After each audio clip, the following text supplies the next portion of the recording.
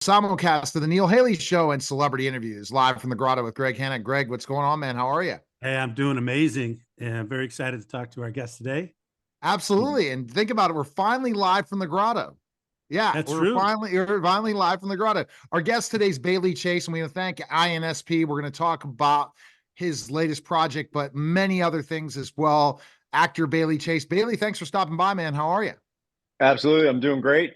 Great to be here. So thank you. Looking forward Oh, to it. I'm excited to talk with you, and I know Greg has the first question for you, Bailey. Yeah, I want to jump right in because you mentioned you're in Asheville, North Carolina. Yeah. Are you guys filming at the Biltmore, or where are you guys filming? So it's funny. It's funny you asked that because my wife, who's a producer, she was shooting there yesterday, and she did not ask about my acting services. I don't understand. I was not invited to the Biltmore shoot yesterday. She does reality stuff. They were doing a documentary piece up there. That I have yet to work here in the state of North Carolina, but I'm hoping to soon. We moved here about 2 years ago and just love it. Oh, and fantastic. and that's got to be great. And the process and your journey as an actor, you got to say, wow, it's going full circle. So talking documentary, wow, that's Mhm. interesting as well. Is that what your wife is involved in the film industry Yeah. too? So yeah, she's a producer she does reality stuff, and she started out doing the dream homes for HGTV, and she's currently doing a documentary about someone who came over from Japan and did a lot of conservation in the Asheville, North Carolina area. Oh, Wow, wow, how very cool. cool. Yeah. Well, Yeah. tell us what you can about your project, that you're on right now. So Florida Wild, 1880s. I grew up in Florida. I'm a Floridian. I had never heard of Mayaca City before, but it's near Sarasota, Bradenton, about an hour and a half from where I grew up, and I just had never heard of it. It's swampy ranch land, like I mentioned earlier. There's a huge elephant sanctuary there, so I'm excited to check that out. But I'm going down there next week for a few weeks. I'm not exactly sure. Probably shouldn't name names because all the deals weren't finalized when we were talking NDAs and about. I everything, mean, yeah, Bailey, right? yeah, all the things they'll come after me. But yeah, Florida Wild independent feature, and excited to work again for the first time working in Florida, my home state. So I'm pumped. Awesome. We're gonna get to his latest project, Farhaven, which is Yep. funny because Chris Mulkey, my good friend Chris, we're gonna do a movie about the Road Warriors together. I was texting him yesterday saying, "Oh, by the way, do you know I'm interviewing everybody from there?" And he didn't mention it in the interview, but we'll get to it. Now, talk about your career, Bailey. How did it start? Did you always want to be an actor? Yeah, yes and no.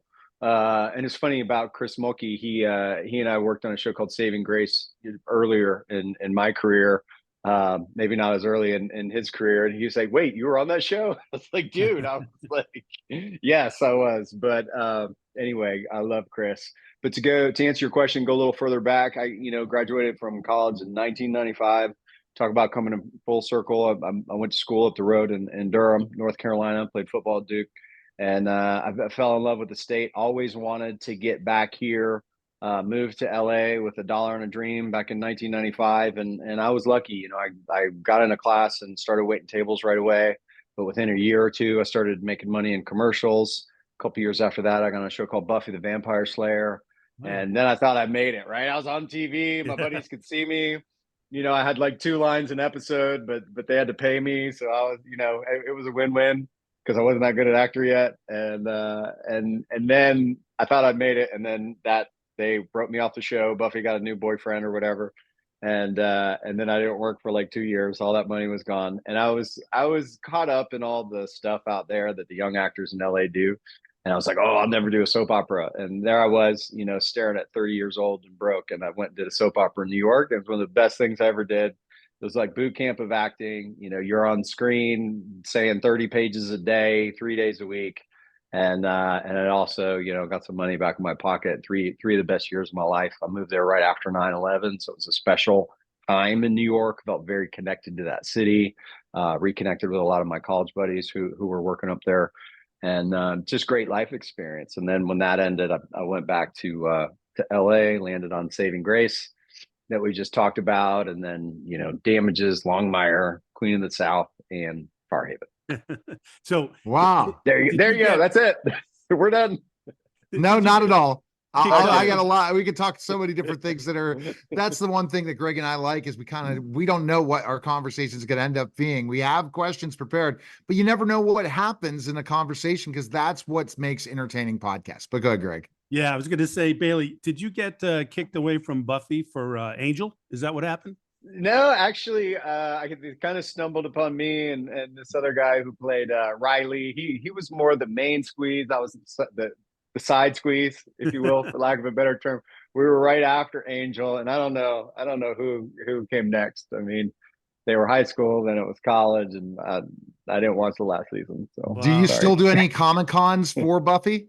Did they Not ever- for no, not for Buffy. I started doing some more like cowboy stuff because of Longmire and things like Farhaven and that's a whole nother subculture. But I haven't done the sci-fi stuff in quite some time. Crazy. You know, when we interviewed Mulkey, was it last week? Yeah. I think so. Yeah. Yeah. Okay. He was great. talking about how he loves to be the bad boy. How about you? What's your favorite role? What do you like? You know, there's something to playing the villain. He makes a good one. I've been told I make a good one as well. I don't know if that's a compliment. But one of my earlier jobs was on. Hold on. Well, I did it. It's funny. You do it this long. And it's like, wait, which one am I going to talk about? So Cold Case was a really good one. That one's been rerunning a lot, but it wasn't a bad guy in that one. It was Criminal Minds, and I did 2 episodes. And then I've been told I'm the most hated man in the history of that show, which is saying something because they did 12 or 14 seasons. But I shot a very popular character, Garcia, on that show, who's a love. We got along fantastically. And then the first episode ends on a cliffhanger, and then they get me in the next one. But that was a really fun bad guy to play. But now here I am, talking about full circle. I'm playing heroes again, which is kind of nice. All right. So you keep talking about Longmire. It comes, I don't know. I swear to you. I mean, Like a fly. So Longmire comes out everywhere. I'm going to give you an example while you answer a question. Tell me about Longmire because I've not watched it. Have you watched it, Greg? I watched a few episodes. I did. Yeah. I don't know what's worse. I don't like not watching it or watching a couple and being like, yeah, it's not for me. No, Longmire is it's funny, it was like the little engine that could. We started out on A&E. We didn't have a big budget, but a great team and camera crew. So it was a very ambitious shoot on these 7-day episode schedules. We did not have a lot of money. But the show, the landscape, we shot out in New Mexico, in and around Santa Fe, and the landscape became another character in the show. Fictionally set in Wyoming, based on a series of books. It came out right before Yellowstone, and we talked about the popularity of the American Western coming back. And I feel like Longmire actually had a bit to do with that. It was a unique show at the time. There was nothing like it. Longmire, went from A&E to Netflix, and it had its run there. Then COVID happened, and everybody had to stay home. Everybody's like, "What's this Longmire? What is it?" They watched everything that was on Netflix, Longmire being one of them. So then we got a whole nother wave of fans. Then Yellowstone happened, knocked it out of the park. It's, Longmire times 100 in terms of success. And then so kind of paved the way. And now everybody wants every network. So I get these auditions. And it's like, yeah, we want to make our version of Yellowstone / Longmire. So Got it. That Yeah. makes total So sense. I have to catch up to Longmire now. I mean, I think it's worth checking out. I'm going to go pull up who was in Longmire and say, okay. But go ahead, Greg, with your next question. I was going to give if I'm not another shot. I could give him. Yeah, we could give him more reasons. We could, if it's I'm not enough. No, of a anybody reason. I interview, I become a fan of certain things. So, for example, I had somebody on, from some show, and I'll watch the whole thing and I'll stream it because that's my thing. Hey, because they're my friend now because they've been on my show. That's how you support things. But kind of talk about so Longmire got that Western bug going. Now, did you feel that after your part in Longmire kind of led to, hey, you are a guy that could be the Western guy? Yeah, and it was I played Branch Connolly, deputy sheriff. You find out in the first episode that I'm running against Longmire, the sheriff, for his job, and that maybe I'm sleeping with his daughter as well. So boom, let's just get that out of the gate in the first episode. And then the sheriff like sees that I'm running against him. Spoiler alert, but it's all in the first episode. He flips his 1980s Bronco. Boom, it's got great music. It's a really fun show. All of the main characters, other than mine, were established in the books. There were like 10 books when we started the TV show. Craig Johnson, there's more now, obviously. And so they had a lot of IP, a lot of material to draw from, but they put Branch into the TV show because they only had 47 minutes to tell the story, not 300, 400 pages, and they needed more conflict in the show.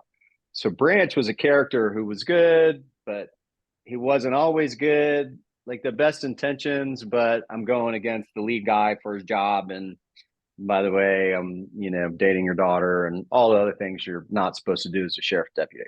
But Bailey, but by the end, I think Branch is a good guy, and yeah, and maybe one of you the miss other him when he's stars gone. on the show with Bailey, A. Martinez, is coming on in 15 minutes, yeah, Greg. that's right. So we're hitting the Longmire long ball. That's it. A's a much better reason. You got Lou Diamond Phillips, you got Katie Sackhoff, you got Rob Taylor, Cassie Freeman. I mean, you got lots to look at on that show. Yeah. So Bailey, when you're acting, like who's been the biggest influence on you in your acting? Do you, like, if you're doing a Western, are you thinking about, Clint Eastwood, John Wayne, like That's who's so great. you? Yeah. And so, I was very humbled to get some comparisons, I guess. I'm no John Wayne, but people really likened it. We did a premiere here locally to raise funds for our local first responders in need, and INSP was great. They sent us the film. We did the thing. We raised 10 grand for a screening in a small town here in North Carolina. It's really great. And a lot of people came up to me later on, older members of the audience. They go, "Oh, you look like John Wayne. You reminded me of John Wayne in this movie and that one." And he was right before my time. I grew up on Clint Eastwood, Harrison Ford. So those were my guys kind of early on. And when I was studying acting, and inspired me to come into this. And then it was like Marlon Brando. But today, I look to even, some guys who were younger than me. Tom Hardy's doing amazing stuff. I watched Lyle Crocodile with Javier Bardem the other night, because I got young kids.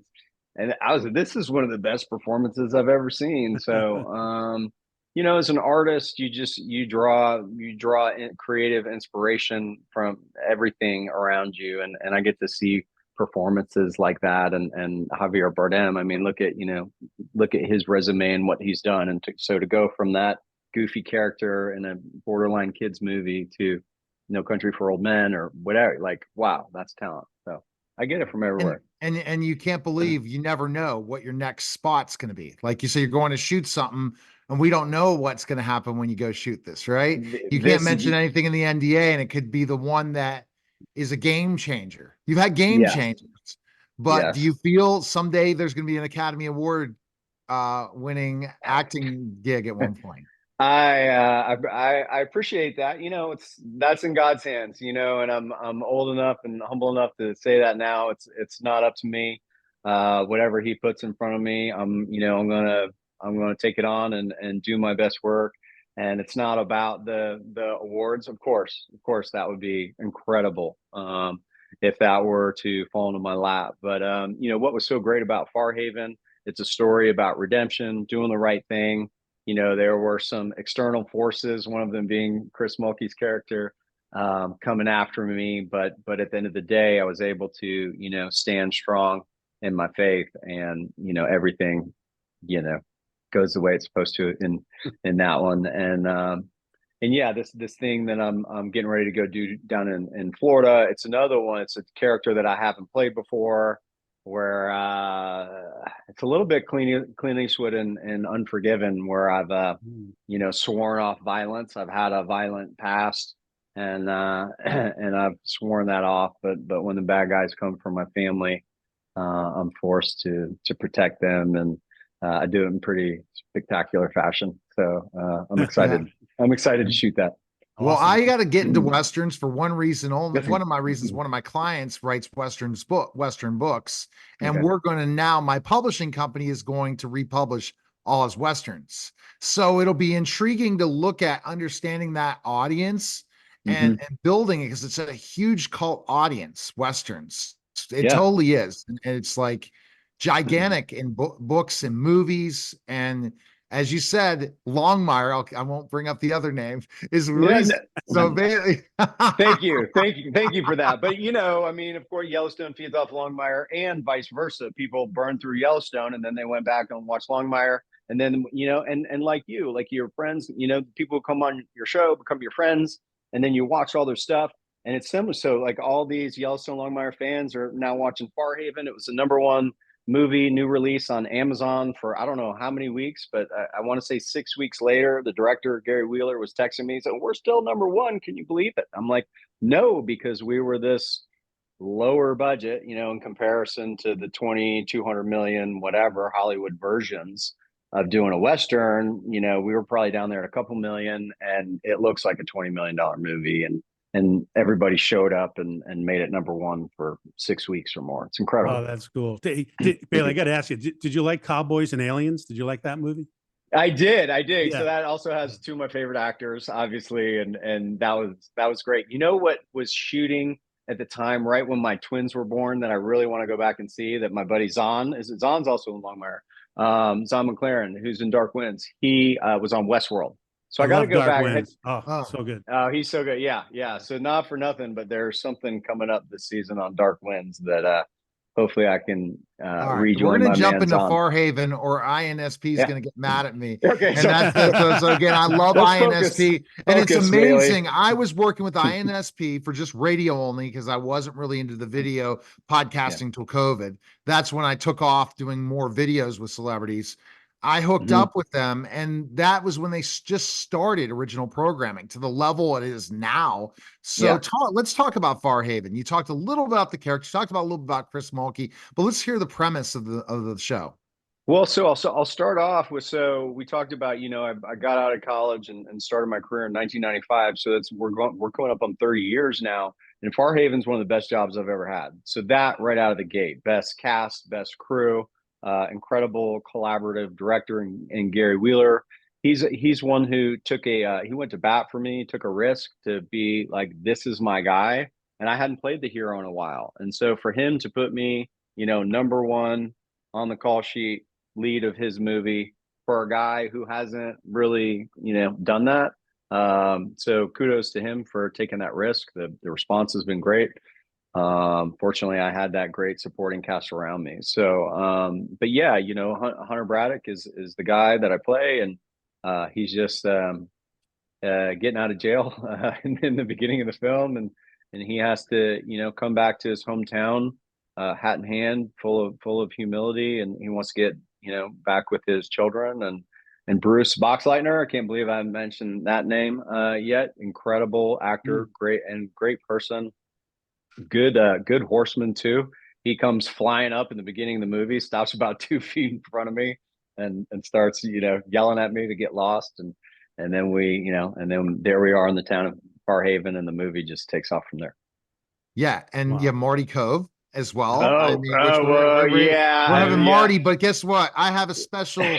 We're going live, Greg, with Marty on Friday that Friday? I'm going to do. Are you really? Okay. One of the biggest, I guess, Chris Mulkey's one of the biggest bad, yes. Now then Marty. Yeah. Right. Yes. Yeah. Yes. Martin Cove. So having those three in the room together, Bruce, Marty, Chris, I mean, that was amazing. And then Marty's son, Jesse, is in the movie, and he's incredible. We had a little, kind of a Butch and Sundance thing going there with me and Jesse, which was great. And he's also a good writer. And then, A. Martinez, and to get to work with him again at this time in his career, I mean, he's having a real renaissance. The guy's working all the time, and one of my favorite actors to work with. Wow, that's great. So let me just ask you a quick question. So you love acting, obviously, and you're great at it, which is so cool. What do you love most about acting, and what do you find the most challenging thing about being an actor? So that's a good question. The The most rewarding is to be surprised in my work, to just show up and see what happens. Obviously, there's a lot of prep involved. Doing the same thing right now. There's the physical prep, but also the emotional and mental, everything else. And then to do all that and then let it go and get on set and then be surprised to have it go in a direction that you never anticipated. So that's the biggest reward, that human connection that you get with your co-stars. And then it's nice to see it, on the big screen when it's all said and done. You get a real, feeling of accomplishment when that happens. The biggest challenge, when you work and you have that experience and you're at such a high, the biggest challenge is kind of coming back home. Of course, it's great to see the family, but by the next day, you're like, "Okay, what's next?" And Yeah. and that's the biggest thing, because you're up and you're down and you don't really know what's next. And I know that I have something coming up in the fall to go out to Utah, but once I get home from Florida, that I'm gonna have 6 months to be like, what's next? And Yeah. so that's probably the biggest challenge. And then I have a family of 5. I got 3 young kids and a wife who are dependent on me to bring home the bacon. So there's that. Yeah. Yes. Who's Yeah. next? I see that in my celebrity interview process. Who am I going to top? And you have that feeling. You're like, man. And it all started when I worked with Art Sears Radio Tour, who I'm working with again.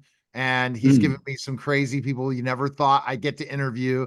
And it just keeps going. You gotta, Yeah. you're just like you said, your last acting year is best as your last acting gig. Your best Yeah. is your last, your newest client, your newest sale, your newest something. You Yeah. gotta always improve to get to the next thing if you really are passionate and love what you do. I know, Greg, you Yeah. have that final question, and it's your favorite question. And I'm excited. I don't know what the answer, how Bailey's going to answer this. Well, I can't wait to find out. So Bailey, I asked this of everyone that we interview, and here we go. Tell me, what's the most important thing in life you feel you've ever learned?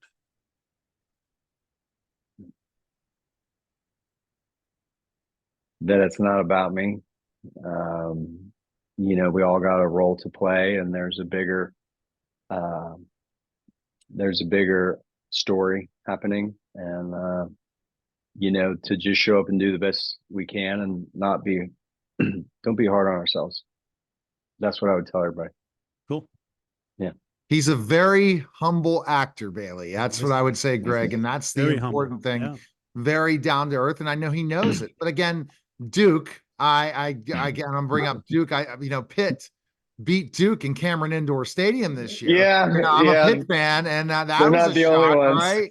Yeah, Whenever we we get a lost chance at to Wake beat last week too, but yeah. Oh no. So Yeah. without Krzyzewski, you guys aren't the same team. Well, I don't want to take anything away from this team. This is Coach Shire's team, and they're great, but you can't win them all. And the important thing is to learn through failure. Failure is the biggest teacher, and it's gotten me to where I am today. I've had a lot more failure than success, and for college hoops, it's all about March Madness. So So it's did right you, around the when you corner. played And we at got Duke, to beat Carolina. We got to yeah, beat Carolina when you played for Duke, Yeah. did you was Duke good in basketball? Yes. So yes and no. So it was 180 degrees. So my freshman year, we won the second of the back-to-backs with Leitner, Hurley, Grant Hill. My senior year, Coach K got hurt. Cherokee Parks was my class, if you remember him. Yeah. Coach K threw out his back. Assistant coach came in, and they were terrible. And Duke football was top 20, and we went to a bowl game. Hey, So, that's another so part of your how story. about that, Pitt? We didn't Yeah. play Pitt at the time. Oh no, we're gonna go. Yeah, they weren't in So, the ACC back then. yeah, But yeah. So we yeah, beat go Clemson. Pitt. I don't know. Pitt football is going to be decent this year. We'll have to see. It's every year, but again, with this new, wouldn't you have liked to got paid as an athlete? This is a different Yes. game. I had Darnell Oh, Dinkins texting me, former Super Bowl champion, played for the Saints.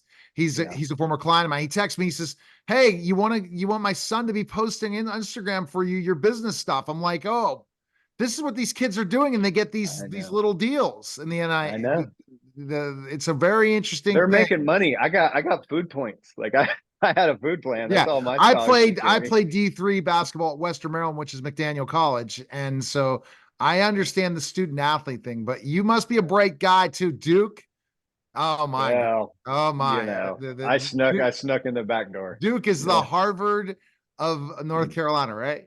They say so. North Carolinians might not say that, but maybe it's the Harvard of the South. Maybe something. Harvard of the It's South. something. It's All right, something. Bailey, where can people connect with you? Best place.